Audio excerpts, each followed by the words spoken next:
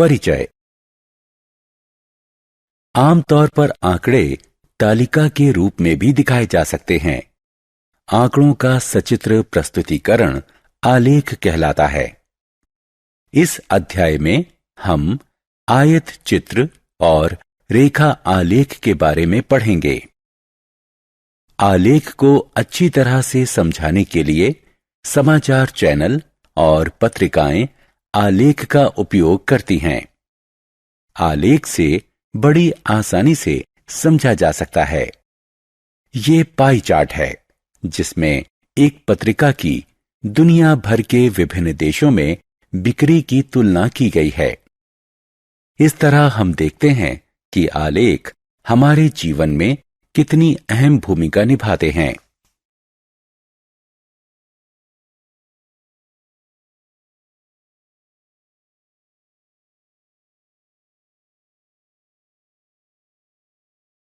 उद्देश्य। इस पाठ के अंत में आप निम्न करने में सक्षम हो जाएंगे: दंड आलेख खींचना, दिए गए आंकड़ों की पाई ग्राफ से प्रस्तुति करना, आयत चित्र खींचना, रेखा आलेख खींचना, आलेख पर बिंदु अंकित करना, आलेख की मदद से कुछ समप्रायोगिक समस्याओं को हल करना।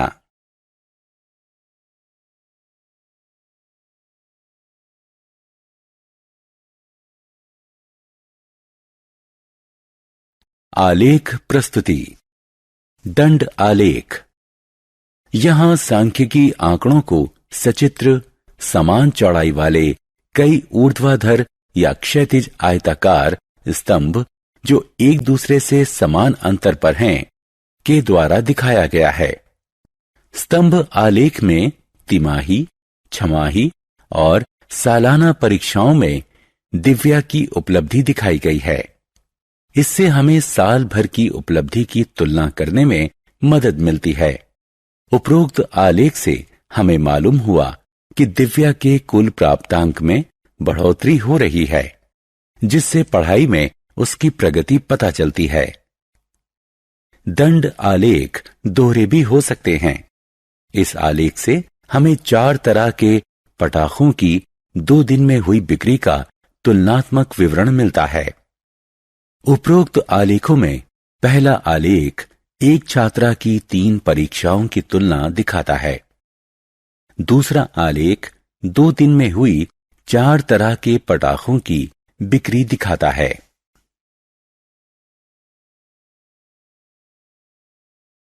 वृत्त आलेख या पाई ग्राफ।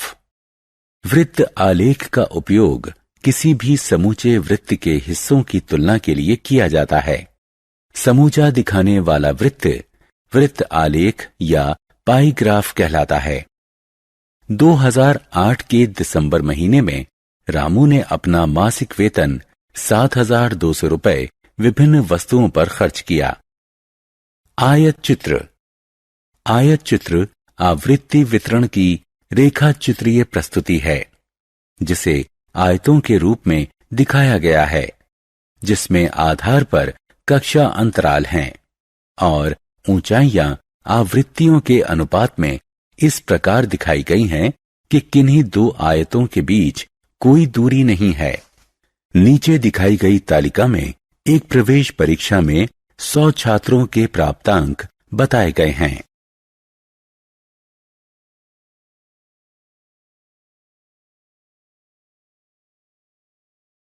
रेखा आलेख। रेखा आलेख से वे आंकड़े दिखाए जाते हैं जो समय की अवधि के साथ निरंतर बदलते रहते हैं। उपरोक्त तालिका में चेन्नई शहर का तापमान दिखाया गया है, जो दिन में हर 4 घंटे में लिया जाता है। इसे हम समय तापमान का आलेख कहते हैं। क्षैतिज अक्ष रेखा एक्स अक्ष तापमान लिए जाने का समय दिखाती है। ऊर्ध्वाधर रेखा यानी वाई अक्ष तापमान दिखाती है। प्रत्येक 4 घंटे का तापमान दर्ज करके बिंदुओं के रूप में आलेख में दिखाया जाता है। इन बिंदुओं को रेखा खंडों से जोड़ा जाता है। जिससे बनता है रेखा आलेख। आलेख से हम देख सकते हैं कि सुबह 10 बजे से दोपहर बाद 2 बजे तक तापमान में 2 डिग्री सेल्सियस की बढ़ोतरी हुई।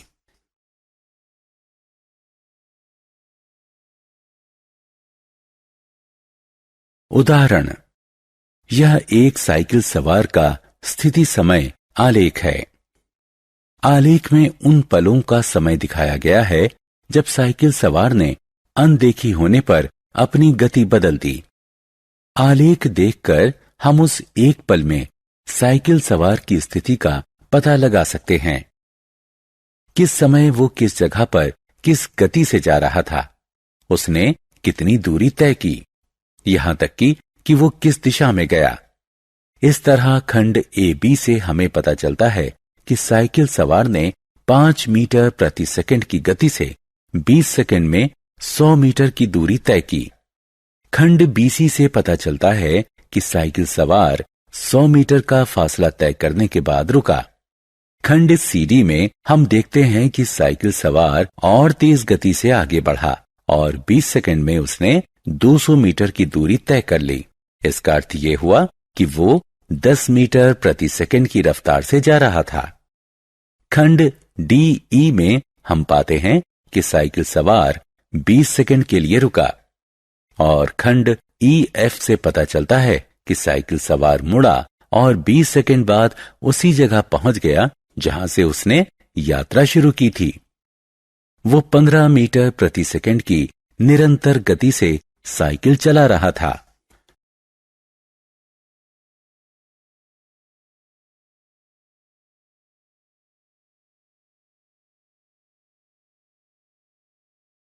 निर्देशांक। कक्षा में अपने स्थान का पता लगाइए। इसके लिए आपको 2 संख्याएं चाहिए, एक तो पंक्ति संख्या और दूसरी स्तंभ संख्या। उदाहरणार्थ 3, 2 यानी एक आलेख पर बाएं किनारे से 3 इकाइयां और नीचे के किनारे से 2 इकाइयों पर अंकित हैं। आलेख पर हम x और y अक्ष बनाते हैं और फिर आवश्यक बिंदु उस पर अंकित करते हैं। 3 कहलाएगा बिंदु का x निर्देशांक, 1, 2 है बिंदु का y निर्देशांक। हम कहेंगे बिंदु के निर्देशांक हैं 3, 2। हमेशा पहली संख्या x निर्देशांक को दर्शित करती है और दूसरी संख्या y निर्देशांक को।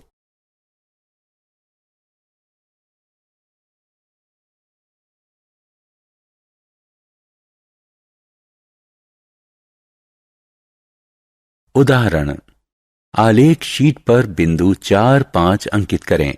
क्या ये 5, 4 के समान ही है? हल, एक्स वाई अक्ष का पता लगाएं। O 0, 0 से शुरू करें।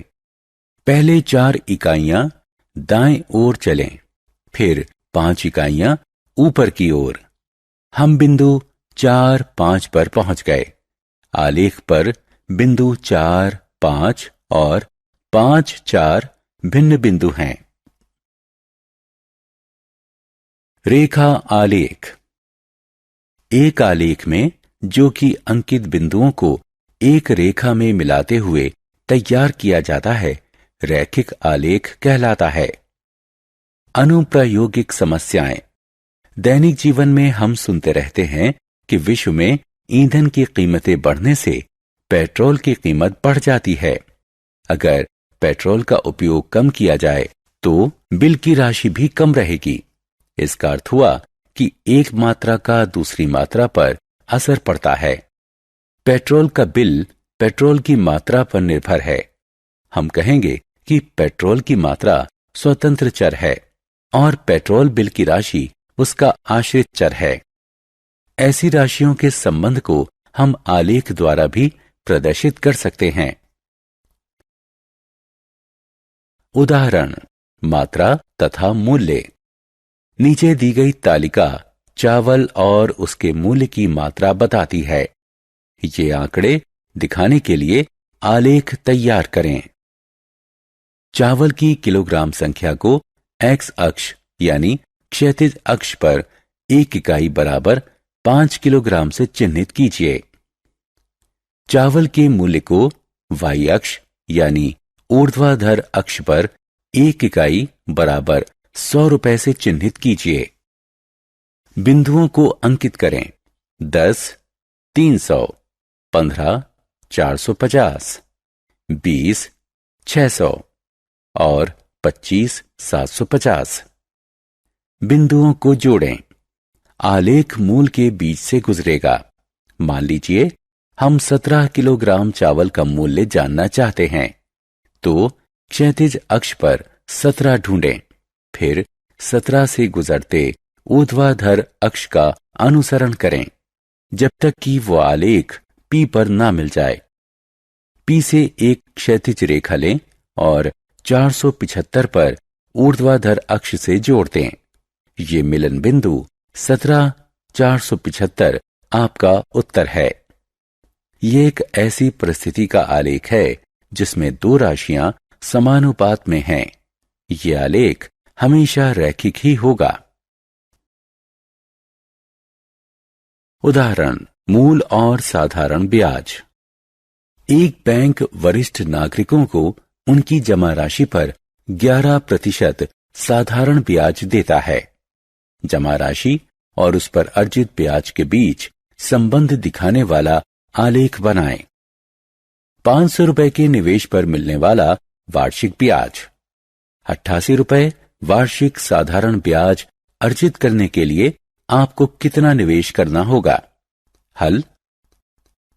क्षैतिज अक्ष पर रुपए का निवेश x में अंकित करें। यहां एक इकाई बराबर 100 रुपए है। ऊर्ध्वाधर अक्ष पर ब्याज के रुपए को y अंकित करें। यहां एक इकाई बराबर 10 रुपए है। बिंदु 555, 666, 777, 888, 999, 1110 अंकित करें। अब इन बिंदुओं को जोड़ दें।